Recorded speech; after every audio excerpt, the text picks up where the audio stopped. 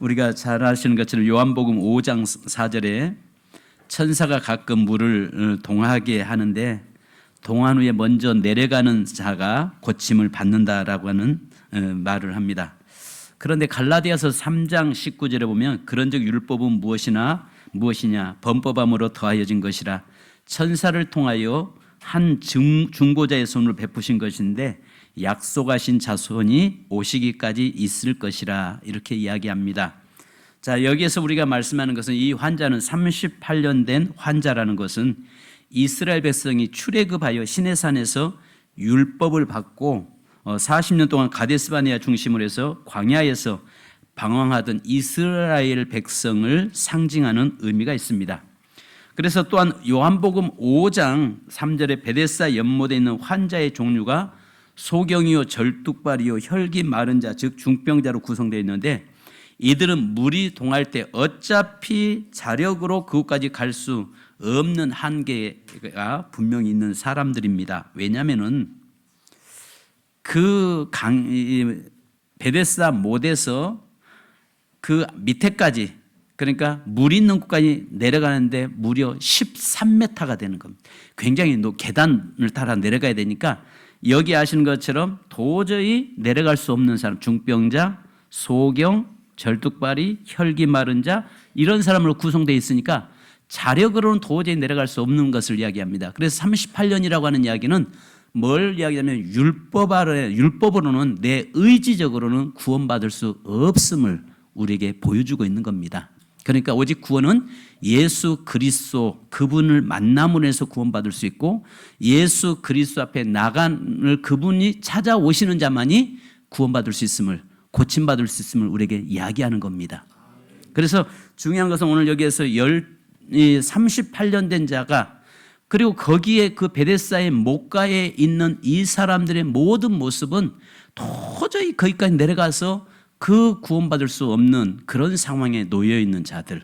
그러니까 이야기한 것처럼 내가 내려가기 전에 누가 먼저 내려가 버립니다. 그 말은 자기들 스스로는 구원의 자리에 회복의 자리에 들어갈 수 없다는 것을 이야기하고 있는 것입니다. 그래서 율법이라고 하는 것은 내 행위로 구원받을 수 없음을 우리에게 보여주고 있는 것입니다.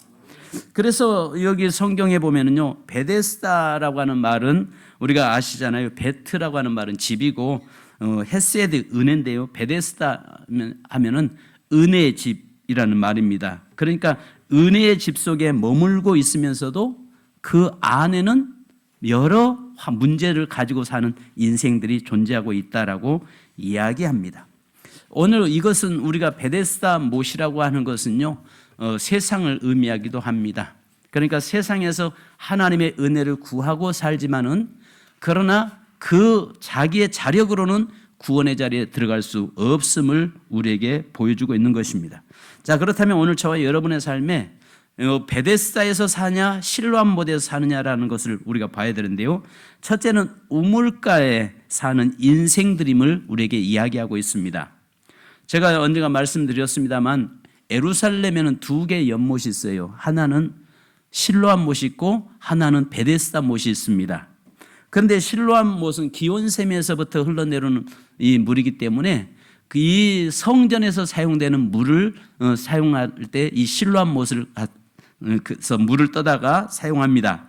그러나 베데스다 못은 사람들이 물을 얻기 위해서 판 곳입니다. 그러니까 물을 얻기 위해서 깊이 팠는데 지상에서부터 13m까지 내려가서 거기서보다 또 더 깊이 파고 들어갔기 때문에 그 물을 얻기 위해서 물에 들어가기 위해서는 지상에 13m까지 내려가는 겁니다. 그러면 13m라면 약 거의 한 5층 높이, 한 4층에서 5층 높이에 그 높이에서 물이 동할 때에 이 사람들이 내려가야 되는데 내려갈 수 없다는 것을 이야기하고 있는 것입니다. 자, 그런데 우리가 성경에서는 말씀드린 것처럼 항상 고난을 상징할 때는 우물을 대비시킨다고 했죠. 그죠? 고난을 이야기할 때는 우물을 대비시킵니다.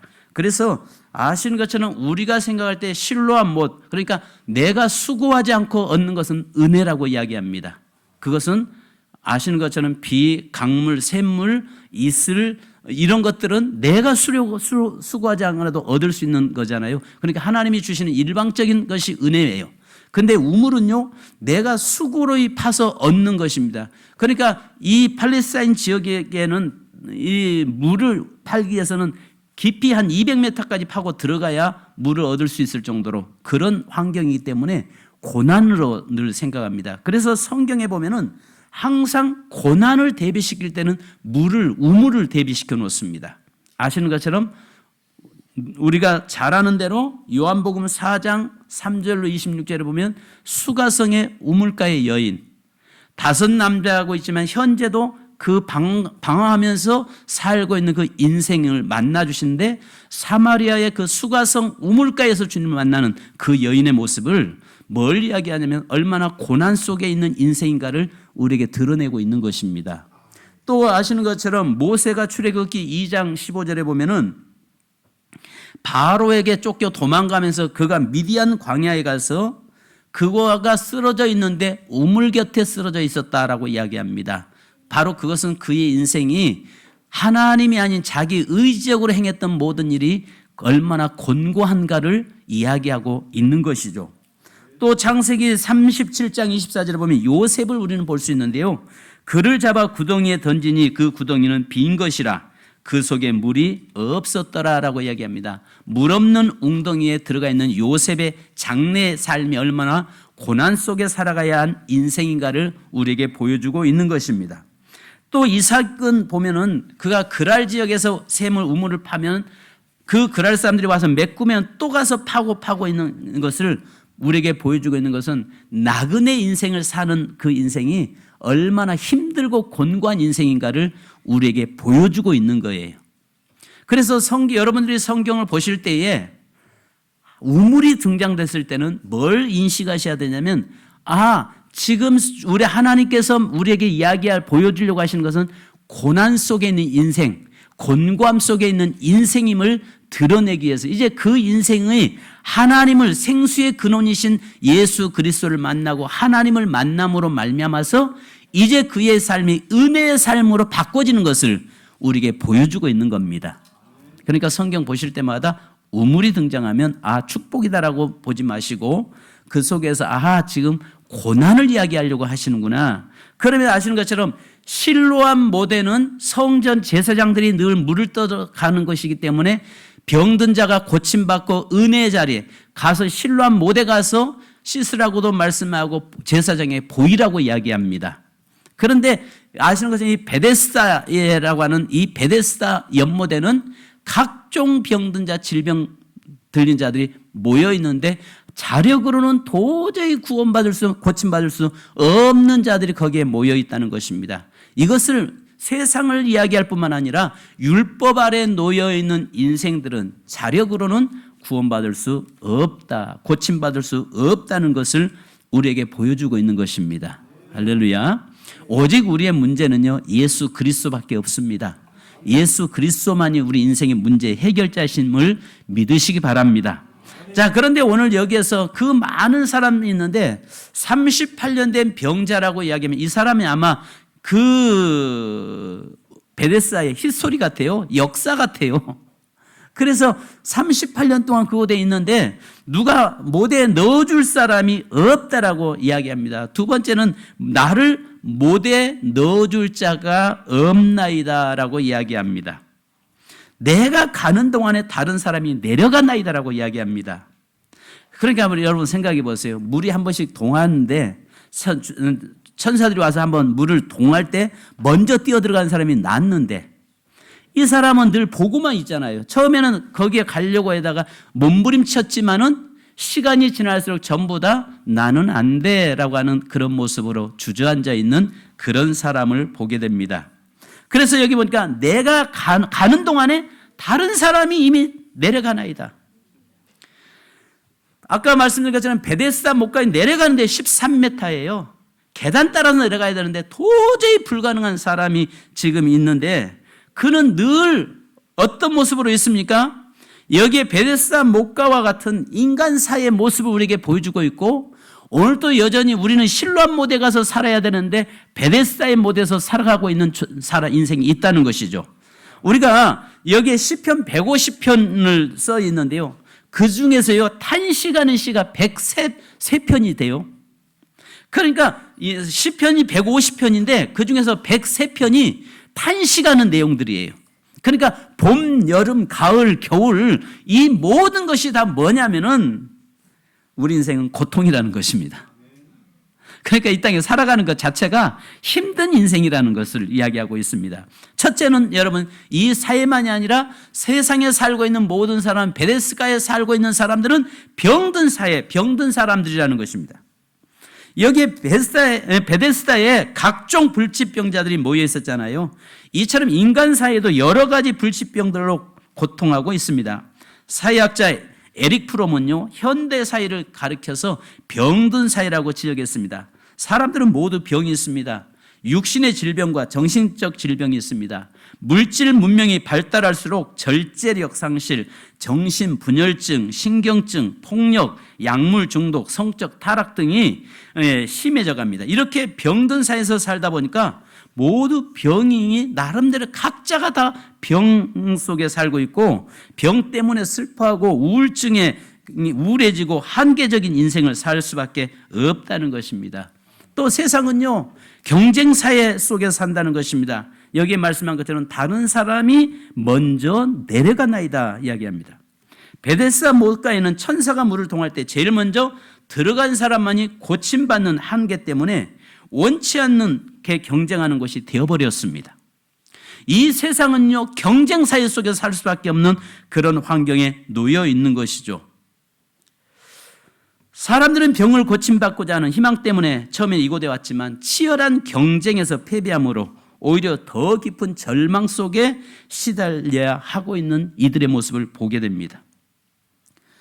우리가 이 세상은요, 경쟁 속에 살다 보니까 경쟁에서 뒤지거나 처지면은 스트레스 속에서 심지어는 세상에 낙오자처럼 살아가고 낙오자라고 스스로 본인을 낙인을 찍어버리는 모습을 보게 됩니다.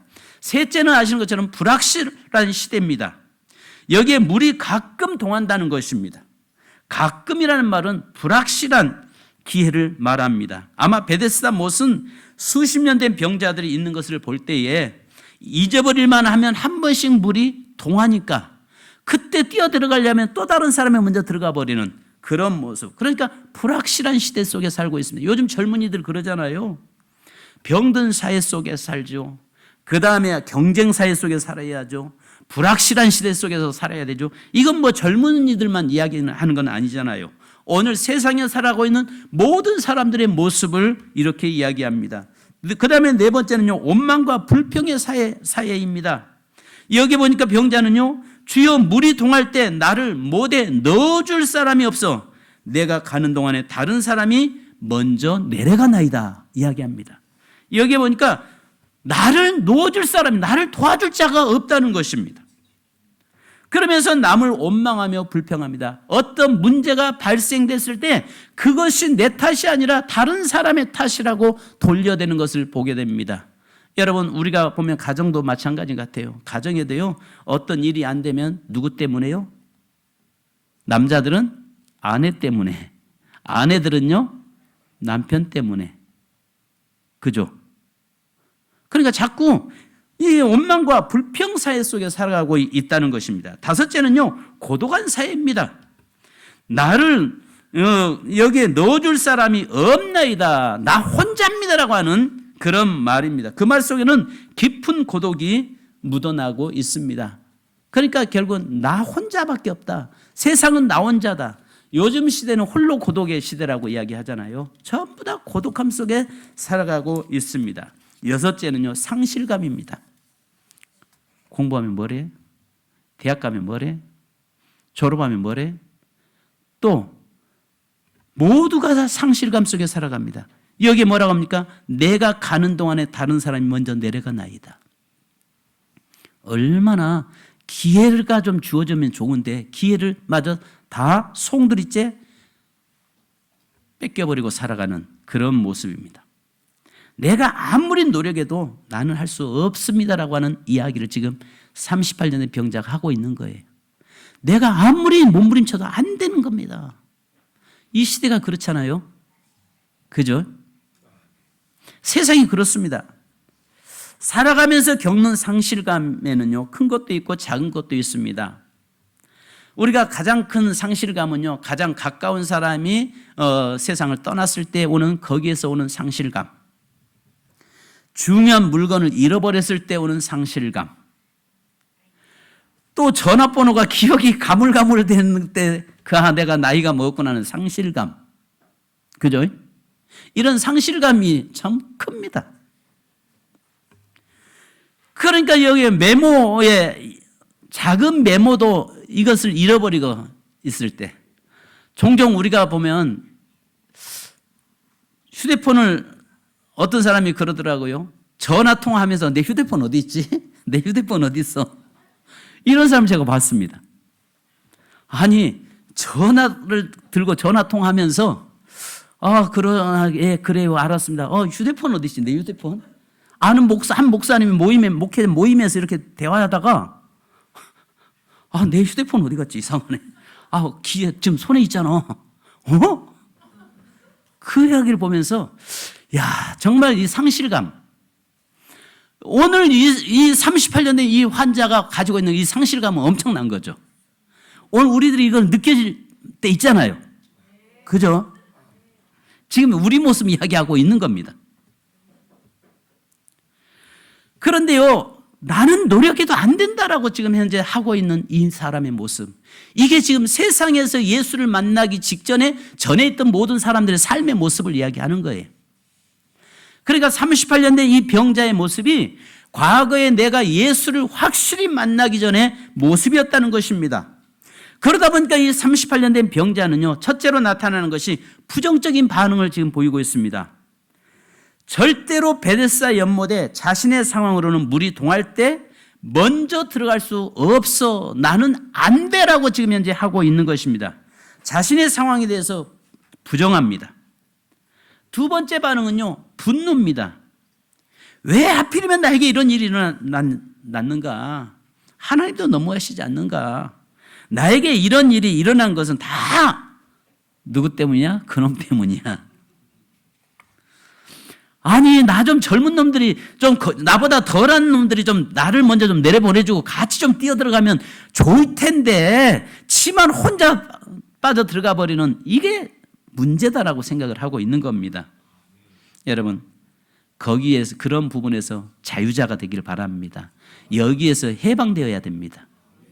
그러니까 사업을 하거나 어떤 내 환경에 직장 생활하거나 모든 삶 속에서 이런 것들이 우리에게 지금 현재 가득 채워져 있다고요. 세 번째 반응은요, 타협입니다. 그래, 그럴 수 있어. 너가 오늘은 먼저 가고 다음에는 내가 가면 되지. 근데 그것이 38년 동안 그렇게 해왔다니까요.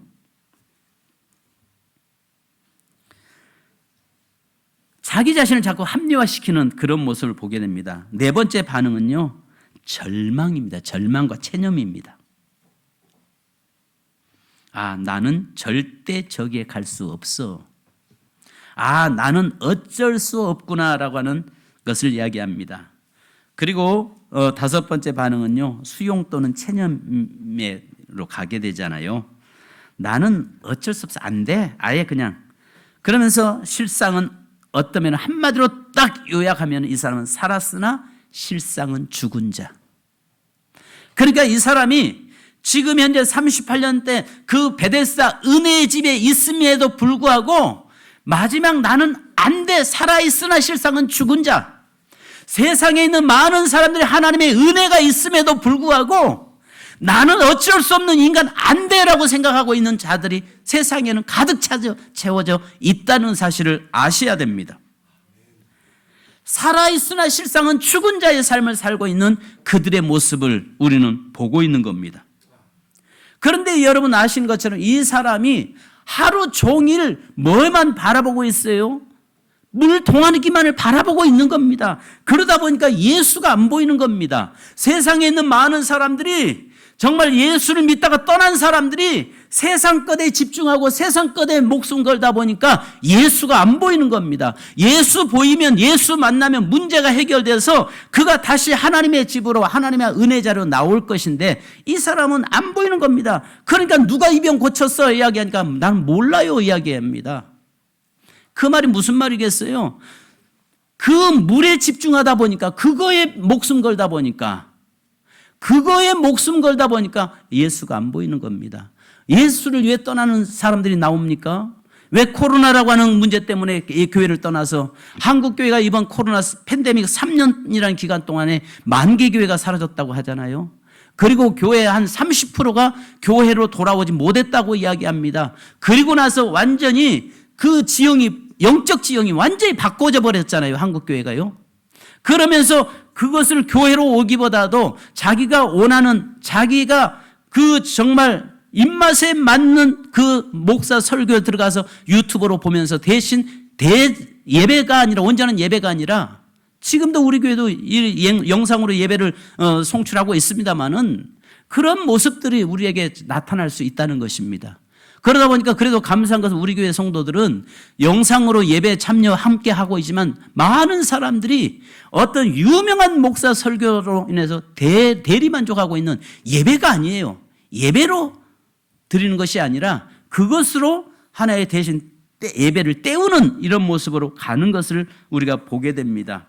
그러니까요, 물에 집중하다 보니까 누가 안 보여요? 예수가 안 보이는 거예요. 세상 것에 매어 살다 보면요, 예수가 보이지 않습니다. 예수를 놓쳐버리는 겁니다. 그러니까 교회 안에서도 예수가 보이지 않으니까 자꾸 떠나가는 거예요. 그리고 세상에 밖에 있는 사람들이 자꾸 세상 것에 집중하다 보니까 예수를 놓쳐버리고 있는 것입니다. 그래서 오늘 사랑하는 여러분, 저와 여러분은요, 이제 영혼의 소리를 좀 들을 수 있어야 됩니다. 여기에 보니까 나를 못에 넣어줄 사람이 없나이다라고 하는 이야기. 아니야, 여기 있어. 우리가 너를 넣어줄게. 바로 그 베데스다가 누구예요? 진정한 베데스다는 생수의 근원 대신 예수 그리스도가 베데스다 아니에요? 아멘. 할렐루야. 그 예수 그리스도에게 우리를 소개하고 그분을 만나게 하면 그를 우리가 돕는 것이 되는 겁니다. 아멘. 그죠? 그래요. 그렇습니다. 아멘. 그러니까 우리는 자꾸요 뭘 생각하냐면 여기에 누가 나를 넣어줄 사람이 없습니다라고 이야기하고 있는 그 속에서 예수님이 뭐라고요? 일어나, 자리를 들고 일어나라. 바로 내가 베데스다야. 내가 베데스다 못이야라고 주님은 지금 말씀하는 겁니다. 나로 인해서 너는 살 수 있어. 나로 인해서 너는 다시 구원받을 수 있어. 나로 인해서 네 병 고치를 받을 수 있어. 나로 인해서 네 문제가 해결될 수 있어라고 지금 주님은 말씀하고 있습니다. 그 베데스다가 물속에 13m 내는 아래로 들어가야 그게 아니라 지금 진정한 베데스다인 은혜의 집이시고 은혜이신 예수 그리스도가 그 앞에 서 있는데 그 예수 만나면 문제 해결되는 거 아니에요? 우리는 그 예수를 만났기 때문에 이 자리에 와 있는 거 아니에요? 예수를 만나지 못한 사람은 교회에 다시 신앙생활 하다가 어떤 문제 되면 떠나버리고 있는 거 아니에요? 우리가 그들을 5월 19일 날 그리스도 앞으로 인도하려고 하는 거 아니겠습니까? 그들을 그리스도 앞으로 인도해서 그들에게 진정한 베데스다이신 예수 그리스도를 만남으로 해서 그 인생의 문제가 해결되게 만드는 것, 이것이 저와 여러분이 해야 될 줄로 믿습니다. 나를 못에 넣어줄 사람이 없나이다. 아니요, 예수님이 해답입니다라고 우리는 말해야 됩니다. 오늘 세상에 있는 사람은 내 힘들고 이렇게 수고하고 노력해도 안 되라고 이야기할 때 아니요, 당신의 문제는 예수 만나면 해결됩니다라고 우리가 말을 할 수 있어야 됩니다. 그러기 위해서 내 자신이 먼저 예수를 확실하게 만나는 경험이 있어야죠. 내 자신이 먼저 예수를 확실하게 만나야 되죠. 그래서 여기에 뭐라고 말씀합니까? 예수님이 그렇게 하시고 나서, 근데 참 성경 보면 답답한 게요, 아니 안식이라고 병 고치면서 일어나 걸어가는데 야, 왜 일어나? 빨리 누워있어. 세상에 이게, 야 빨리 누워있어. 너 일어나면 안 돼. 꼼짝마 움직이면 안 되는 거야. 오늘 주일 안식일이야. 주님은 지금 현재 그 사람을 위해서 안식일을, 그 사람을 일으키려고 오신 거 아니에요. 그 사람 구원시키려고 오신 거 아니에요. 그 사람 살리려고 지금 그 자리에 오신 거 아니에요. 그런데 주위의 사람들은, 여러분 이런 사람 되지 않기 바랍니다. 너 왜 일어나? 빨리 앉아. 그대로 있어. 일어나면 안 돼. 너 안 되는 거야. 그것 때문에 오늘날 많은 사람들이 예수 떠나서 돌아오지 못하는 경우가 있는데요. 보십시오, 여러분. 코로나 3년이라는 기간 동안에 떠난 사람, 믿음이 연약해서 떠난 사람, 그 다음에 교회 때문에 상처받아서 떠난 사람 너무 많습니다. 전도 나가서 전도하다 보면 뭐라고 해요? 나도 교회 다녔어. 나도 교회 가봤어. 나도 예수 다 알아. 그 말 많이 하잖아요. 그런데 정작 문제는 지금 그 자리에서 38년째 그렇게 하고 누워있다는 것이죠. 오늘 여기에 나를 넣어줄 자가 없나이다. 저와 여러분이 바로 그 사람을 일으켜서 베데스다이신 예수 그리스도 앞에 온전히 다시 만나서 예수 그리스도를 만나서 회복시키는 그 역사에 있기를 원합니다. 그래서 오늘 여기 말씀합니다. 마지막 결론 말씀합니다. 아버지가 일하시니 나도 일한다. 아멘. 따라서 합시다. 아버지가 일하시니 나도 일한다. 그러면 주님이 일하시니 나도 일한다. 할렐루야. 주님이 일하시는 게 뭐예요? 영혼 구원이잖아요. 영혼 살리는 거잖아요. 그러니까 주님이 그 영혼 한 영혼을 천하보다 귀하게 여기고 그 한 영혼을 위해서 목숨 걸고 있으니 나도 한 영혼을 그리스도 앞으로 인도하는 그 일에 나도 목숨 건다. 아멘. 여러분, 우리가 9은 어디 있느냐라고 이야기하는데 우리 9은 다 책임질 수 없어요. 그러나 한 사람은 가능해요. 근데 한 사람이 가능한데 보니까요, 우리가 딱 기도하면요, 제일 먼저 여러분이 딱 떠오르는 영혼, 사람이 있어요. 하나님이 그 사람을 붙여놓은 거예요. 주님, 그 9 중에 한 사람이 여기 있습니다. 그 9 중에 한 사람이 여기 있습니다. 그렇게 해서 이번 5월 19일 날 그리스도 앞으로 인도하는 저와 여러분 되기를 주님의 이름으로 축복합니다. 우리 찬송 한 장 하겠습니다. 찬양지 135장. 그리고 함께 기도하십시다. 찬양지 135장.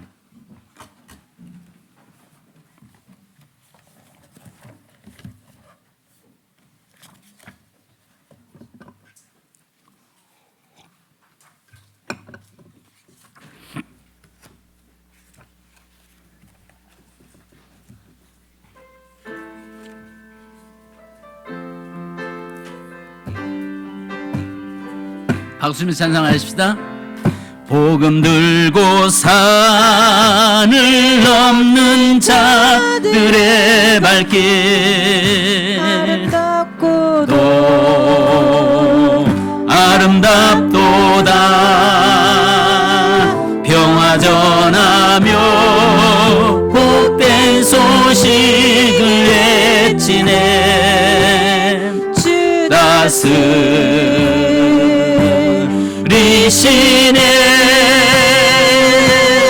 주 다스리시네. 주 다스리시네. 다시 합니다. 복음 들고 산을 넘는 자들의 발길 아름답고도 아름답도다. 평화 전하며 복된 소식을 외치네. 주 다스리시네.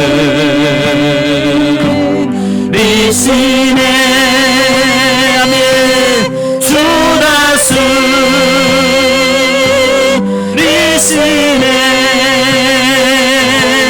주 다스리시네. 다시 합니다. 복음 들고 산을 넘는 자들의 발길 아름답고도 아름답도다. 평화 전하며 복된 소식을 외치네. 주 다스리시네.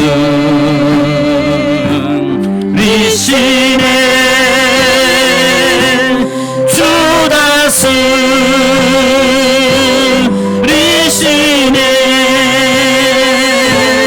주 다스리시네. 반주 부탁합니다. 여러분, 이 시간에 우리 한번 기도하십시다. 여러분 하나님 앞에서 지금 38년 된 그 병자, 정말 낙심 속에 있고 정말 이 세상이 아마 이 사람이 이야기하고 보고 있는 것처럼 바로 그런 삶을 살고 있는 자들이 많습니다. 살아있으나 실상은 죽은 자를 방불케 하는 그 모습으로 세상에 얼마나 많은 사람들이 있습니까? 바로 코로나로 인해서 떠난 자들, 돌아오지 못하는 자들, 또 믿음이 연약해서 세상 것이 좋아서 세상 것에 매여 있다 보니까 예수가 보이지 못하고 예수를 만나지 못하고 여전히 그 어려운 환경 속에 놓여 있는 자들 우리 주위에 많습니다. 또 상처받아서 또 여러 가지 시험 들어서 또 떠나서 사람들 앞에 시험 받고 교회 앞에 시험도 받고 또 목사 앞에 시험 받고 그래서 떠난 자들 우리 주위에 너무 많습니다. 하나님 그들을 기억나게 하옵소서. 또 그리고 내게 기억나는 한 영혼, 그 영혼을 그리스도 앞으로 인도해서 38년 된 자에게 예수님이 만나주셔서 진정한 베데스다가 되시는 예수 그리스도를 만난 것처럼 저희를 통해서 예수 그리스도를 저들이 만나고 다시 구원의 기쁨과 감격 속에 살아가는 삶이 되도록 인도해 주옵소서. 이 시간 우리 주여 한번 물고 기도하십시다. 주여! 아버지 하나님여, 이 시간에 기도합니다. 주여 저에게 함께 하시고 인도하여 주옵소서. 하나님여, 베데스다 못에 38년 된 병자만이 아니라 그 안에 있는 모든 사람들이 아버지 하나님여, 낙심 속에 좌절 속에 하나님여 다른 사람을 늘 의식하면서 다른 사람에게 아버지 하나님여 핑계대면서 살아가고 있는 그의 모습을 봅니다.